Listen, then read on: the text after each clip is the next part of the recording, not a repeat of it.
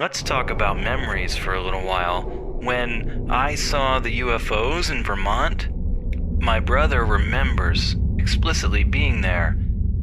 And I remember, like, this story started to evolve probably within a month after I experienced this and he wasn't there. Probably within a month, he morphed this story into being, oh yeah, I was there too. I remember seeing those things. And I knew immediately, and what was I don't know, 7? I'm like, you weren't there, it was our cousin, Daniel. He was like 3 years younger than me, so I was like maybe 7 or 8, and he was like 5. We were a bunch of little kids, like just out in the rural Vermont. Like you could practically piss onto a rug that was in Canada, you know? And it's this little hill, mountains in the distance. I think Mount Hood, maybe it's called. And it's so distinctly, I remember the shape, and I went back there a couple years ago for the first time ever. I'm like, holy shit, there's that mountain. I remember it. And there were these dark shapes out there, 2 of them.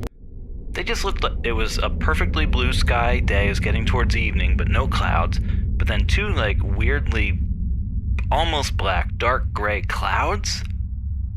And 2 of them on either side of the mountain, and I remember looking at them being like, well, those look about the same size as that weirdly triangular jutting off piece of that mountain. Alright, so there's 2 weird black clouds out there, alright. But it didn't matter, we were 8 and 5, so we were playing the game where we rolled down the hill. You know, it's a good game. That's a great game, you know, you almost puke, maybe you hurt yourself, you hit a rock a little bit sometimes, but you don't care, it's mostly tall grass. Probably 45 minutes, and every time we'd run back up to the top of the hill, I'd look, and there they were. Run back up, there they were. It's weird, nothing else in the sky. I'm telling you, pure blue sky. And after, maybe not 40, maybe half an hour of rolling down the hill, I remember, like, stopping and not rolling down the hill at the top of the hill and just looking at them like, well, that's kind of weird. They're still there in exactly the same places, the exact same shapes. I remember the shapes of them. One was kind of spherical, but like squished from either side, left and right, and kind of like a little taller than it should be. And the other one was like kind of a diamond, but that one was squished vertically. So it was like a little wider horizontally than it should have been, but that was a diamond. And what was... So when it finally occurred to me that, like, those are things that kind of shouldn't be there. Right. Not things that I've experienced before. And I thought they were clouds, but now they've been there for a very long time in the same place, pretty much. That caught my attention. Somewhat geometrical.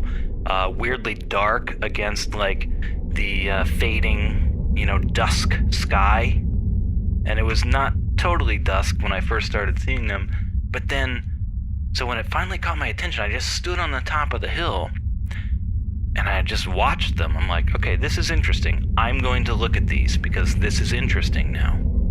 And I stood there, I guess, maybe I sat down, but I looked at them for like maybe 20 minutes, like an impressive amount of time for an 8 or 9-year-old. Right. Like, well, that's a you were 8 years time. old. It was probably more like 120 seconds, but it felt like right. 20 It minutes. was 2 minutes, but I was like, no, I will tell you, Brad, I was a weirdly and perhaps dangerously dedicated child. You're a weirdly and perhaps dangerously dedicated adult, so I could believe that. So maybe it was 2 minutes, but we'll split the difference and we'll call it 10. How about that? But I really...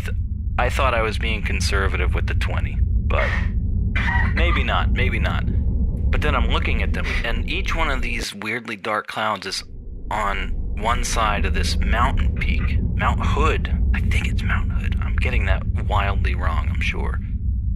This little triangle jutting off to the side.